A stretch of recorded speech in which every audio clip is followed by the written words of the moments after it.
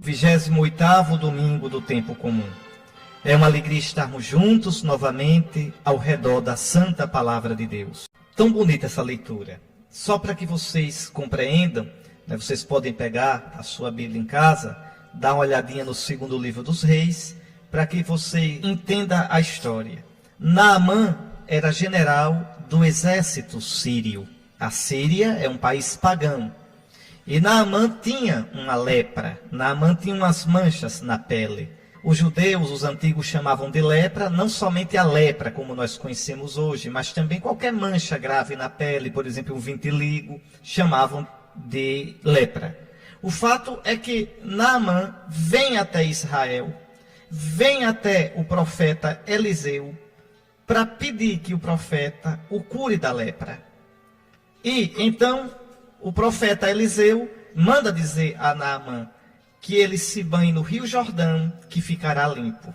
E Naamã se lava no Jordão e fica limpo.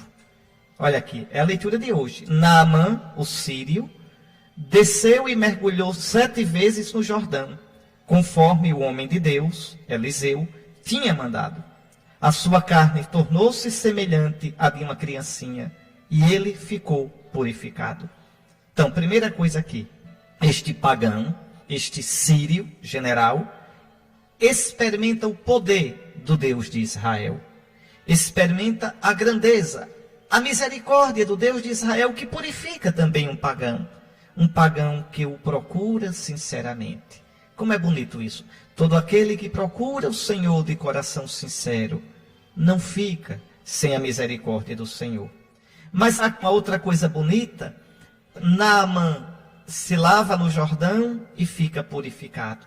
Isso é imagem também do sacramento do batismo. Nós nascemos com uma lepra que é mais grave do que esta lepra de Naamã. Que lepra é esta? O pecado. O pecado. Aquilo que a gente chama de pecado original.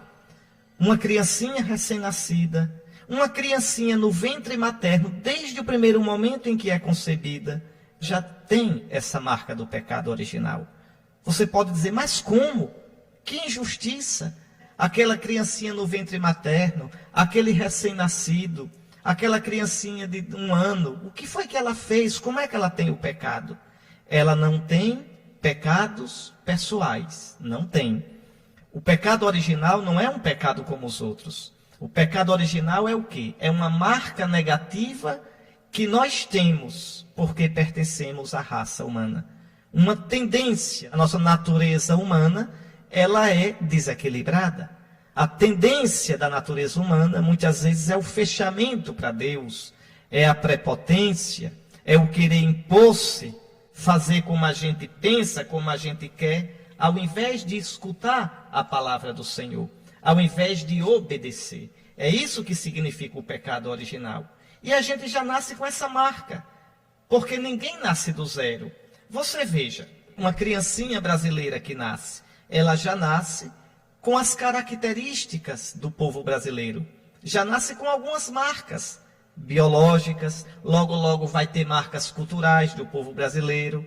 Se o país tem uma dívida externa, ela já nasce participando dessa dívida.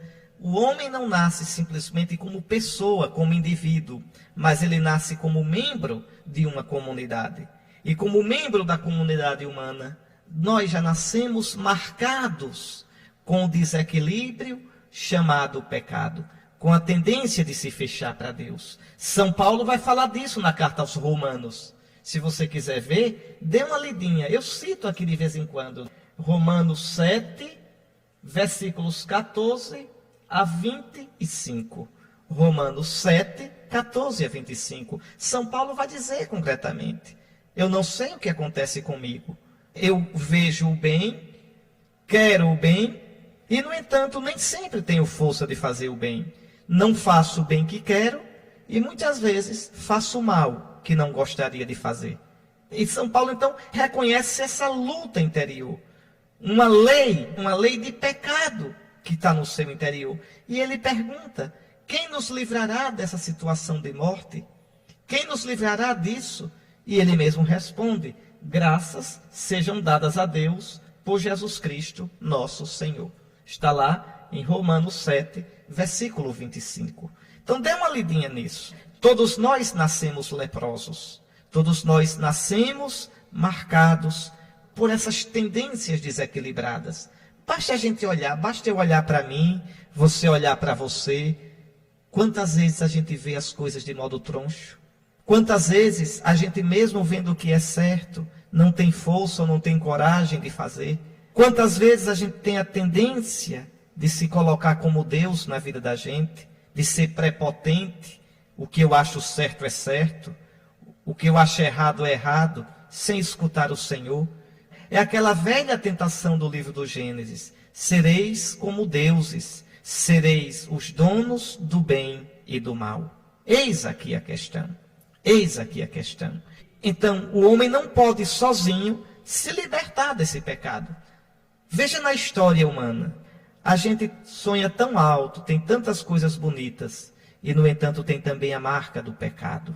As intenções são boas, as palavras são bonitas, mas quantas vezes o que nós fazemos é tão desumano, é tão indigno de Deus, tão indigno da gente, tão indigno dos outros. É a marca do nosso pecado. Por isso São Paulo pergunta triste: quem nos livrará? Quem me livrará deste corpo de morte? Quer dizer, desta situação de pecado.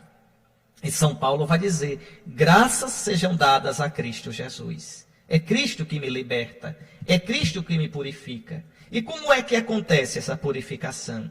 Crendo em Jesus, crendo que Jesus é o Messias, é o Filho de Deus, que morreu por mim, que veio ao mundo por mim, que ressuscitou por mim e que me dá o Espírito Santo. Crendo nisso, eu recebo o batismo. E na água do batismo eu recebo o Espírito Santo para a remissão dos pecados. O Espírito que é perdão dos pecados, o Espírito que é graça de Deus. Então, como Naamã, que mergulha 7 vezes no Rio Jordão e fica purificado da sua lepra, da mancha na sua carne, assim também nós. Nós, crendo em Jesus, mergulhando não no Rio Jordão, mas sendo lavado na água do nosso batismo, a água sobre a qual foi invocado o Espírito de Cristo, nós somos purificados de uma lepra muito pior, a lepra do pecado original. A nossa natureza humana, com aquela tendência de ser soberba, com a tendência de ser fechada para Deus, essa tendência de fechamento é curada.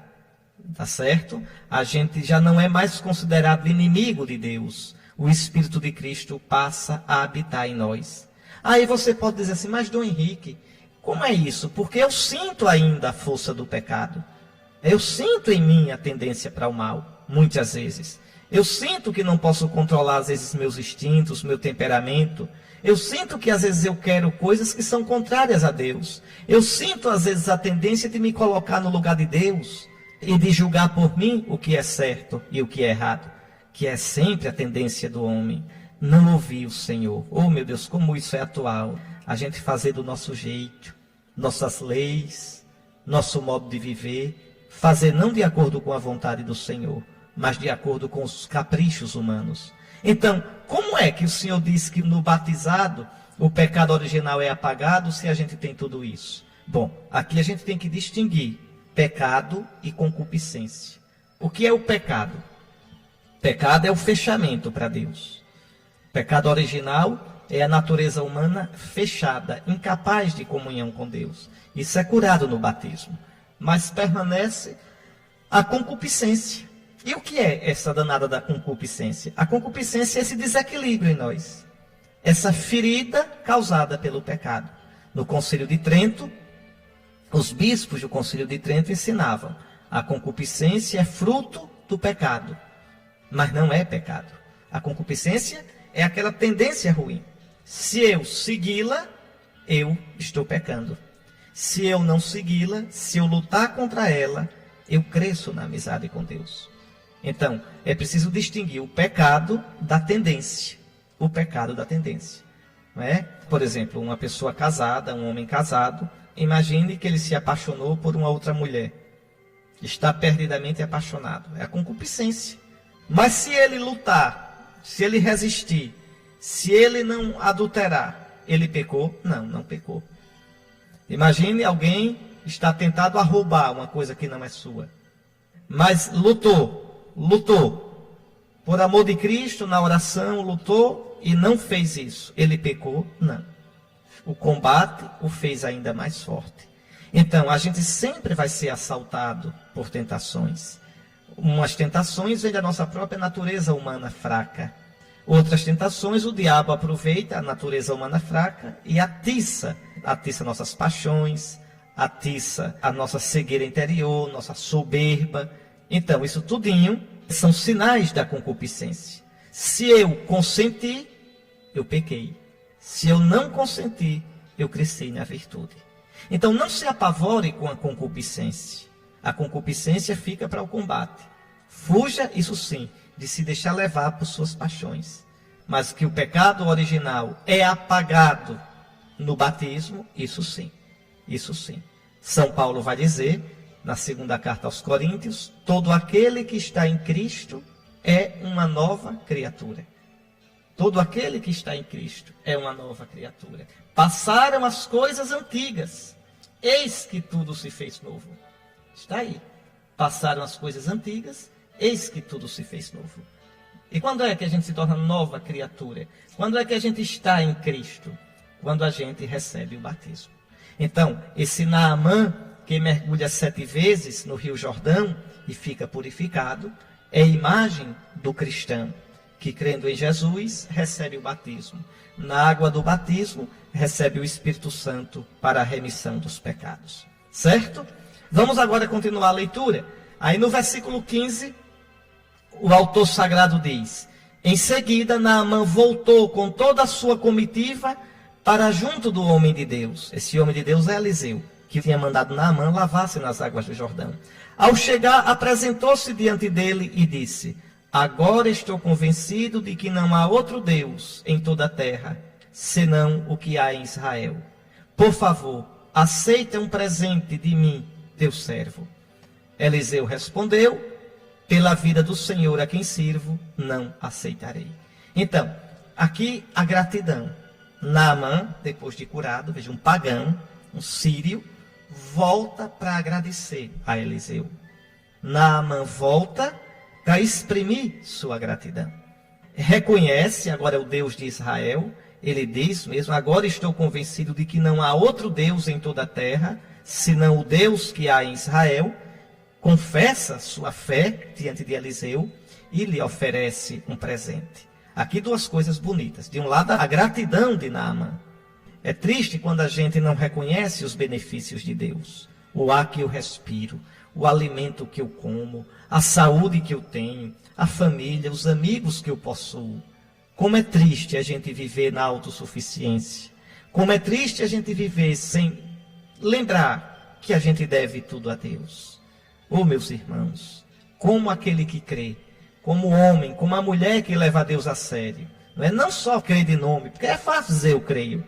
É fácil dizer eu sou cristão. Qualquer um pode dizer da boca para fora. Qualquer um pode dizer eu sou católico da boca para fora. Não. Mas como é bonito de verdade ser cristão. Como é bonito de verdade levar a sério a sua fé em Jesus, ir à missa, comungar, confessar-se, meditar na palavra de Deus.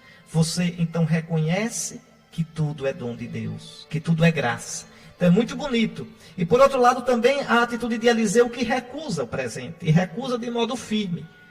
Nosso Senhor diz que o operário é digno do seu salário. Se Eliseu quisesse, poderia ter recebido o presente. Um padre, um bispo, um diácono não deve exercer o seu ministério visando lucro, visando ganhar dinheiro. Quem faz isso é mercenário, quem faz isso pratica simonia, vende as coisas santas. De modo nenhum, de modo nenhum. Mas um padre pode aceitar um presente, se for um presente honesto, se ele não andou cavando o presente. O bispo pode aceitar um presente, não tem nada demais. Veja, Eliseu não aceitou, para deixar claro a gratuidade do milagre que Naamã alcançou. Se aceitasse, não estava errado. Se aceitasse, não estava errado. Não aceitando, fez mais bonito ainda. Fez mais bonito ainda. Tá certo? Mas não é proibido. Então, bonito, não é muito bonito. De um lado, a generosidade, a gratidão, a fé de Naamã. Do outro lado, a liberdade interior de Eliseu. E aí então, Naamã diz, muito bonito, que vai levar para a terra dele 2 jumentos com areia de Israel. Para quê? Para quando rezar, rezar em cima da areia de Israel. Quer dizer, rezar na terra de Israel, na terra do povo do verdadeiro Deus. Pois o teu servo já não oferecerá holocausto ou sacrifício a outros deuses, mas somente ao Senhor. É isso, meus irmãos. Aquele que crê não oferece sacrifício a outros deuses. A gente deve procurar estar em paz com todos, mas nunca calar a verdade de Deus. Em paz com todos e respeitar a todos, mas nunca ao preço da verdade. Nunca ao preço de anunciar Jesus e as exigências do Evangelho. Isso para mim, bispo, isso para os padres, isso para você que é cristão. O Evangelho de Cristo não está à venda. O Evangelho de Cristo não se negocia. Então, São Paulo diz, que a gente deve procurar ter a paz com todos, principalmente com os irmãos na fé. Procurar ter a paz. Nem sempre é possível ter a paz, mas que nosso Senhor nos dê a paz. Mas a paz na verdade. A paz sem negar nunca que somos cristãos, que temos nossa fé, que temos princípios, isso sim. Então, que nosso Senhor nos ajude e nos console com essa leitura tão bonita da missa de hoje. Interessante que a frasezinha lá que está no missal para esse domingo é tirada do Salmo 129. Ele diz assim: Senhor, se levardes em conta as nossas faltas, quem poderá subsistir? Mas em vós encontra-se o perdão, Deus de Israel. Então, Senhor Jesus, Deus de Israel, lava-nos. Lava-nos não com a água do Jordão, mas com a água do teu Espírito Santo. Tu não disseste, Jesus, à samaritana, que tu tinhas uma água que quem bebesse dela nunca mais teria sede? Tu não disseste, Jesus, lá na festa das tendas, se alguém tem sede, venha a mim e beba. Do meu seio correrão rios de água viva. Senhor, lava-nos com a água do teu Espírito. Tu que nos deste o batismo, dando-nos o teu Espírito no dia que recebemos o sacramento do batismo.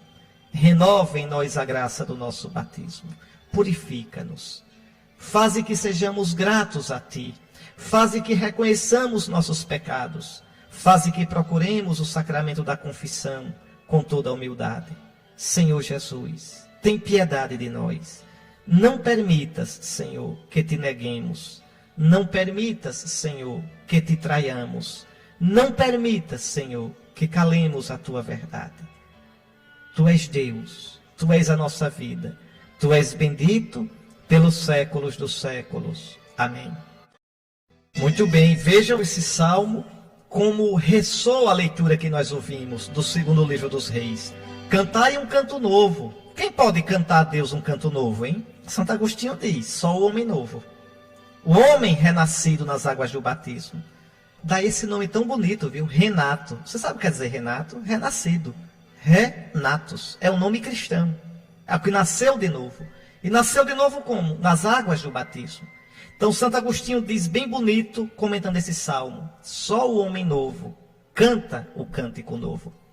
Mas quem é o homem novo? O homem renovado no batismo. O homem que, uma vez batizado, vive uma vida nova.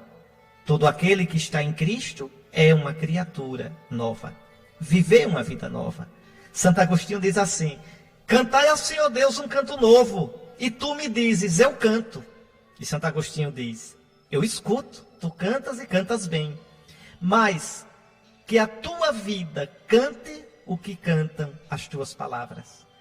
Que os atos da tua vida não desmintam aquilo que a tua voz canta. Aqui está, tá certo? E ele então diz, cantai com a voz, cantai com o coração, cantai com a vida. Cantai ao Senhor Deus um canto novo. Então é o desafio, cantar um canto novo. Você que é batizado, cante com a vida, viu? Viva uma vida nova, viva em Cristo. Olhe, julgue tudo na vida à luz de Cristo. Não é julgar Cristo à luz de tudo. Quem julga o Evangelho à luz de tudo é pagão, é descrente, não é cristão. O cristão julga tudo à luz de Cristo. Qual é o livro que diz o que é certo e o que é errado para um cristão? O livro é Jesus. Jesus que fala na Bíblia, Jesus que fala pela voz da igreja, Jesus que fala, tá certo, no seu coração. Se você, com humildade e unido à igreja, de coração aberto, se colocar à escuta dele. Então, que fique bem claro isso. É o homem novo que vive uma vida nova. O homem novo que canta o canto novo. E o Salmo diz, o Senhor fez conhecer a salvação e as nações sua justiça. Veja, Naamã é um sírio, é um pagão, e conheceu a justiça, a santidade de Deus. Os confins do universo contemplaram a salvação do nosso Deus. Como Deus é bom, como Deus é grande. Senhor Deus, que eu possa conhecer a tua salvação.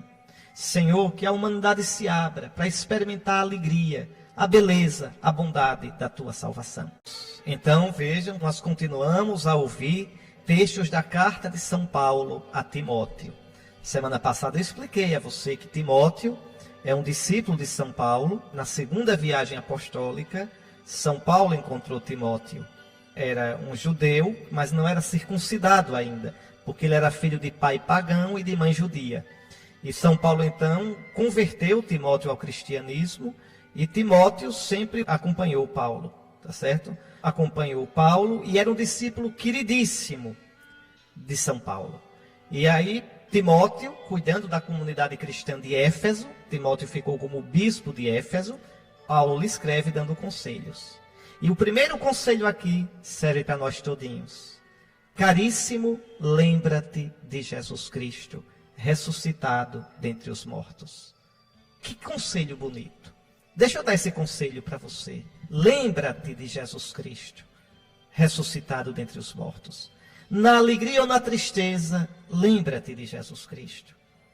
Na dor ou no consolo, na luz ou na treva, lembra-te de Jesus Cristo. Na vitória ou na derrota, na vida ou na morte, lembra-te de Jesus Cristo, ressuscitado dentre os mortos. Jesus, que nome tão doce. Jesus, que luz tão intensa. Jesus, que caminho tão certo. Jesus, que vida tão plena. O cristão deve sempre lembrar-se de Jesus. Deve trazer Jesus na mente. Deve trazer Jesus no coração. Deve trazer no corpo as marcas da paixão de Jesus. Em que sentido? Em que deve colocar seu corpo debaixo do senhorio de Cristo. Lembra-te de Jesus Cristo, ressuscitado dentre os mortos. Olha, um conselho, viu? Quando tiver com problema, quando tiver diante de dúvidas, dos desafios da vida, se ajoelhe diante de Jesus. De preferência, vá lá diante do sacrário, se ajoelhe, fique olhando para ele. Ou diante de um crucifixo, olhe a imagem do Senhor e se abandone nas mãos de Jesus. Lembra-te de Jesus Cristo, ressuscitado dentre os mortos. Nele a gente encontra a vida. Nele a gente encontra o equilíbrio. Nele a gente encontra a paz. E aí São Paulo vai dizer, por causa dele eu estou sofrendo até as algemas, como se fosse um malfeitor. É verdade, é verdade. A adesão a Cristo, o defender os valores de Cristo, o defender o Evangelho de Cristo, causa sofrimento. Falar em nome de Jesus sem medo, sem se omitir, leva à incompreensão.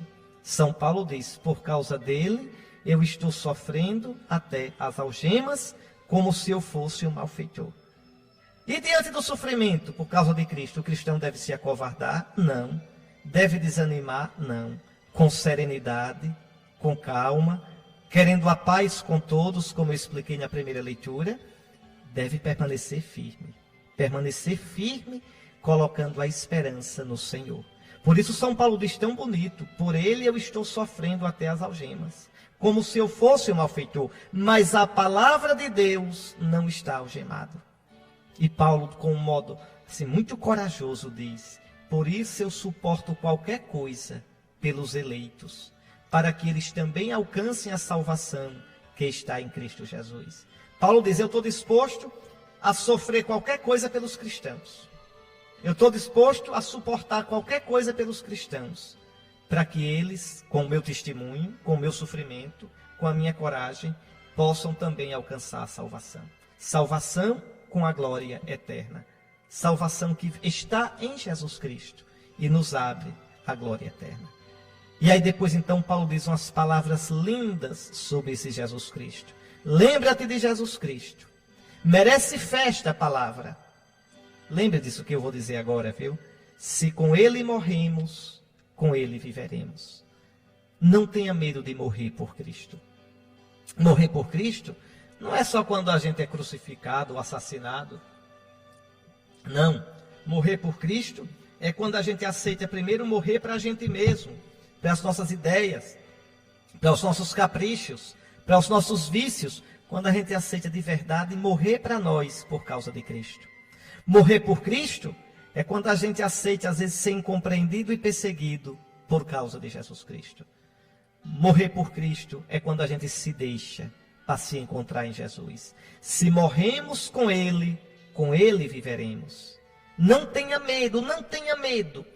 Toda vez que você morre com Cristo, você encontra um modo de viver mais pleno, a vida do próprio Cristo, que nos dá paz, que nos dá doçura.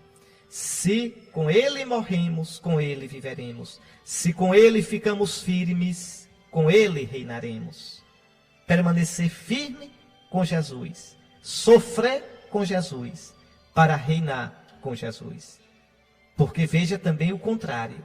Se nós o negamos, também Ele nos negará. Se lhe formos infiéis, Ele permanece fiel, pois não pode negar-se a si mesmo. Agora eu quero ver se você entende essa palavra. Quero ver se você sai desse beco imprensado. Vamos ver, vamos ver. Olha, São Paulo diz, se nós o renegarmos, Ele nos renegará. Se lhe formos infiéis, Ele permanece fiel, porque não pode negar-se a si mesmo. Me diga, qual é a diferença entre negar e ser infiel? Qual é a diferença? Porque se eu for infiel ao Senhor, Ele permanece fiel. Mas se eu renegá-lo, Ele renega. Qual é a diferença? A diferença é a seguinte, preste bem atenção. Veja, se nós o renegarmos, Ele nos renegará. O que é renegar Jesus? É o pecado contra o Espírito Santo. É dizer assim, a vida é minha, eu faço como eu quero. Pronto, não preciso de Deus. Não reconheço a Deus. Não quero saber de Deus. Pronto. Aí você fechou a sua vida para Cristo. São João, na sua primeira carta, no capítulo 5, chama isso de pecado que leva à morte. Ele diz, existe um pecado que leva à morte e um pecado que não leva à morte. Você pode olhar 1 de João, capítulo 5, versículos 16 e 17. Então, qual é o pecado que leva à morte? É quando eu digo, não é só com a boca não, é com a vida. Quando eu digo assim, a vida é minha, eu faço como eu quero. Mas fulano, adulterar é pecado. Não, a vida é minha, eu faço como eu quero. Ninguém tem nada a ver com isso, nem Deus. Fulano, abortar é pecado. Não, a vida é minha, eu faço como eu quero. Eu sou dono da minha vida. Fulano, roubar é pecado. Não, não quero saber disso, a vida é minha. Pronto. A vida é minha, ninguém tem nada a ver com isso. Então, quando eu vivo a vida como se a vida fosse minha, aí eu estou renegando Jesus. Eu sou o Senhor da minha vida e não Jesus. Ora, se nós o renegamos, Ele nos renegará. Por que Ele nos renegará? Porque eu me fechei todinho para Ele. Faça a chuva cair no calçamento, não nasce nada. É que a chuva ficou de mal no calçamento? É que a chuva é ruim? Não, é que o calçamento endureceu.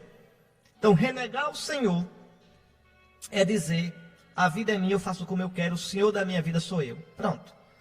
E ser infiel? O que é ser infiel? É o seguinte, eu digo, Senhor, eu reconheço que Tu és o meu Deus.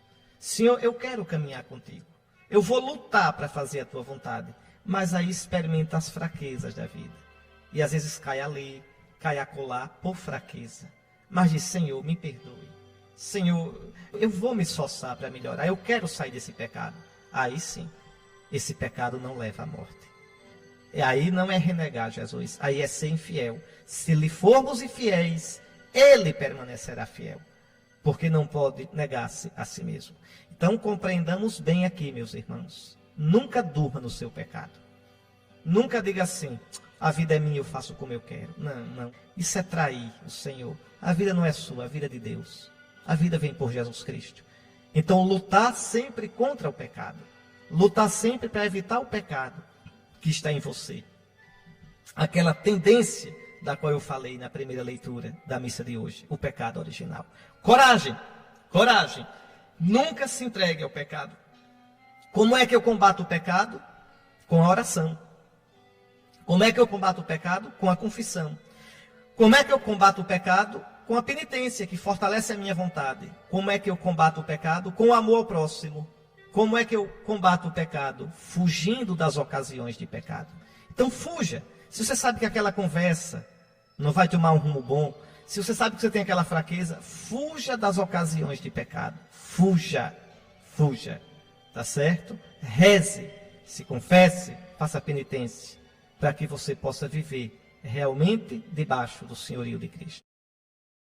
Veja, Jesus está indo para Jerusalém. Está caminhando para Jerusalém, onde vai morrer e ressuscitar. Ele está vindo da Galileia, no norte, está atravessando a Samaria. Está entre a Samaria e a Galileia. E aí vem esses leprosos. 10 leprosos vieram ao seu encontro. Na antiguidade, em Israel, o leproso era um homem morto. O leproso não podia viver na casa dele, não podia viver na cidade. O leproso vivia nos barrancos, em grupo, sozinhos. Ninguém podia tocar no leproso. Se tocasse, ficava impuro. O leproso não podia entrar na sinagoga para rezar, não podia entrar no templo. O leproso era um perdido, era um morto-vivo, um zumbi. São 10 homens assim, coitados. Olha, eles, quando entravam na cidade, tinham que entrar com o cabelo assanhado, todo desalinhado, e gritando, impuro, impuro, e com o rosto coberto, para que ninguém se aproximasse dele. Imagine uma pessoa assim. Imagine. E então, 10 leprosos vêm até Jesus. E o que dizem a ele? Veja, quando viram o Senhor, pararam à distância. Exatamente, param à distância porque são leprosos. Param à distância porque são impuros. E gritaram, Jesus, mestre, tem compaixão de nós. Lembra do leproso do Evangelho de São Marcos? Jesus tocou no leproso. Mesmo o leproso sendo impuro, Jesus, na sua misericórdia, toca nele. E diz, eu quero ser purificado. Jesus nos purifica da lepra, mais do que a água do Jordão. Veja a história de Naamã na primeira leitura. É Jesus que nos limpa, nos purifica da verdadeira lepra, a lepra do pecado. Então, mestre, Jesus, tem compaixão de nós. E Jesus então diz, ide apresentar-vos aos sacerdotes. Por que é que Jesus manda que os leprosos se apresentem ao sacerdote do templo? Por quê? Porque na lei de Moisés disse que quando um leproso ficasse bom, devia se apresentar ao sacerdote. Reparem, Jesus espera deles um ato de fé. Vão mostrar-se ao sacerdote, porque vocês vão ficar bom. É isso que Jesus quer dizer. Vocês vão ficar bons. Pode ir lá para o sacerdote conferir. E eles vão. Eles acreditam em Jesus. Eles acreditam na palavra de Jesus e vão mostrar-se aos sacerdotes. Porque no Antigo Testamento, no livro do Levítico, a norma é essa. Quando alguém tiver uma mancha na pele, deve ir ao sacerdote. O sacerdote confere, examina a mancha. Se for lepra, dá a declaração de que ele está impuro. E se ficar bom, também deve ir ao sacerdote, para o sacerdote olhar e declarar que ele está purificado. E que agora pode novamente participar do culto, pode voltar para casa novamente. Pois bem, Jesus, veja, sem curá-los, já manda, ide mostrar-vos aos sacerdotes. E eles vão. E graças a Deus que acreditaram. E porque acreditaram, no caminho, enquanto caminhavam, aconteceu que ficaram curados. Está vendo? Quando a gente de verdade crê na palavra do Senhor, a gente fica curado. Olhe, fica sempre. Se não for curado do corpo, é sempre curado da alma. Às vezes nosso Senhor não dá o que a gente quer. Às vezes nosso Senhor não faz o que a gente pede. Mas nosso Senhor sempre curará a nossa alma. Nosso Senhor sempre nos aproximará dele. Pois bem, ficaram curados. Um deles, ao perceber que estava curado, voltou glorificando a Deus em alta voz. Atirou-se aos pés de Jesus, com o rosto por terra, e lhe agradeceu. Então, dos 10, um ao ficar curado, lembrou-se de Jesus e voltou para agradecer. E é bonito, porque volta louvando a Deus em alta voz, volta glorificando o que Deus fez nele, pelas mãos de Jesus, e se prostra diante de Jesus. A gratidão. A mesma gratidão de Naamã, o sírio, que sai do Jordão purificado, volta e vai até Eliseu e quer dar um presente. Esse também vem dar um presente. Que presente? O louvor. Que presente? A homenagem. Que presente? A adoração.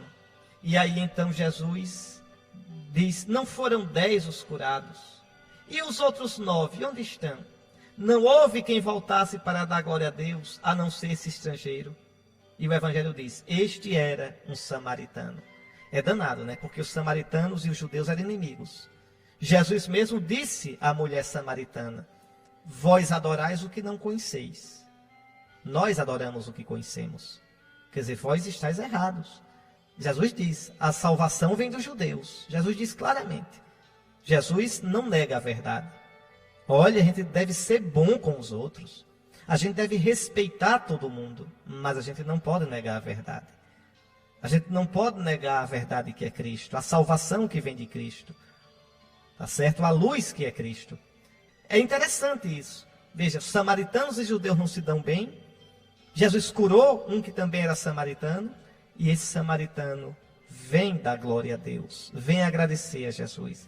E Jesus fica escandalizado com a ingratidão dos outros 9, que não vieram agradecer. Vocês vejam a lição que o Evangelho de hoje nos dá. As leituras nos dão. Na primeira leitura, um pagão, vem agradecer a Eliseu. Agora um samaritano, um herege, vem agradecer a Jesus. Que coisa bonita. E o judeu não. É interessante que no Evangelho de São Lucas, quando Jesus vai a Nazaré pela primeira vez, ele vai dizer, olha, havia muitos leprosos no tempo do profeta Eliseu, mas só Naamã, um pagão, só Naamã, o sírio, foi curado, não os leprosos de Israel. Ou seja, Jesus quer dizer com isso, Naamã, o sírio, é mais digno de um milagre do que vocês. Naamã, o sírio, merece mais elogio do que vocês. Está lá, pode olhar no capítulo 4 do Evangelho de São Lucas. Lucas 4, 27. E os judeus ficam furiosos porque Jesus passa isso na cara deles. Então, nossa fé. Nós sabemos agradecer, meus irmãos. Nós sabemos reconhecer todo o bem, toda a graça que o Senhor nos dá. Você pode dizer, mas eu pedi, não fui atendido, estou aqui doente na minha cama. Ô, meu irmão, e nosso Senhor lhe dá a força, lhe dá o consolo, lhe dá a graça. Nosso Senhor lhe dá a coragem.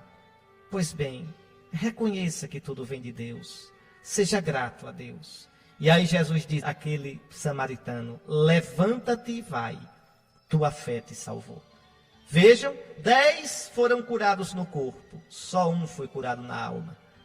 10 tiveram benefício, só um teve a conversão. Não é? Levanta-te, vai, tua fé te salvou. Só um escutou essa palavra de Jesus. Pois bem, que a nossa fé não seja interesseira, que a nossa fé seja uma fé realmente grata a nosso Senhor, uma fé de amor a Jesus. Que nosso Senhor abençoe o Brasil, que Nossa Senhora Aparecida com o seu manto cubra o povo brasileiro. E que todos os brasileiros, desde o primeiro instante da concepção até o último instante da vida nessa terra, tenham direito a viver, a uma vida digna, a ver respeitado a sua dignidade humana. E agora é a minha bênção. O Senhor esteja convosco, abençoe-vos o Deus Todo-Poderoso, Pai, Filho e Espírito Santo.